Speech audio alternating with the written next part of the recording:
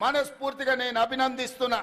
అందుకే చంద్రశేఖరరావు గారికి ఈరోజు నేను చెప్పదలుచుకున్నా, మీరు అధికారంలో ఉంటే చెలాయిస్తాం, ఓడిపోతే ఫామ్ హౌస్ లో పడుకుంటామనే విధానము ఇది మంచిది కాదు మీకు, మీ అనుభవానికి, మీ హోదాకు.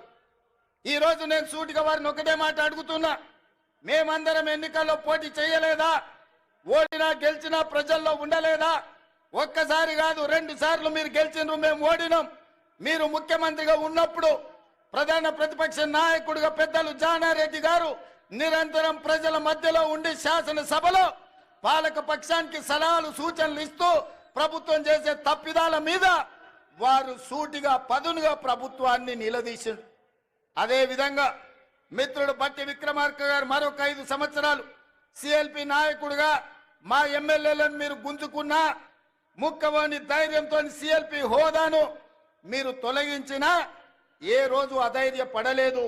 ధైర్యంగా 5 మంది శాసనసభ్యులతో పంచ పాండవులలాగా అందులో కోమటిరెడ్డి రాజగోపాల్ రెడ్డిని కూడా ఎంబడి పెట్టుకొని మీతోని కొట్లాడి, నెంబర్ కాదు సమస్యలను ప్రస్తావించడం ప్రతిపక్ష బాధ్యత అని ప్రజా సమస్యల మీద చట్ట సభలలో మా సిఎల్పి నాయకుడు ఆనాడు బట్టి విక్రమార్క గారు మీ ప్రభుత్వం మీద పోరాటం చేయడమే కాదు మీ ప్రభుత్వానికి సలహాలు ఇచ్చిండ్రు.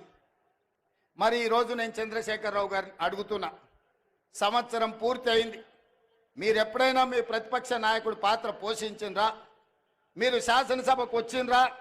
మీ అనుభవాన్ని ఎమ్మెల్యేగా, రాష్ట్ర మంత్రిగా, పార్లమెంట్ సభ్యుడిగా, కేంద్ర మంత్రిగా, తెలంగాణ రాష్ట్ర సమితి అధ్యక్షుడిగా, తెలంగాణ రాష్ట్ర ముఖ్యమంత్రి 10 సంవత్సరాలుగా మీకున్న అనుభవాన్ని, మీ వయసును తెలంగాణ ప్రజల కోసం ఏ ఒక్క రోజైనా వినియోగించిండ్రా? మీరు ఆలోచన చేయండి, ఆత్మ పరిశీలన చేసుకోండి. చంద్రశేఖరరావు గారు ఇంత అనుభవాన్ని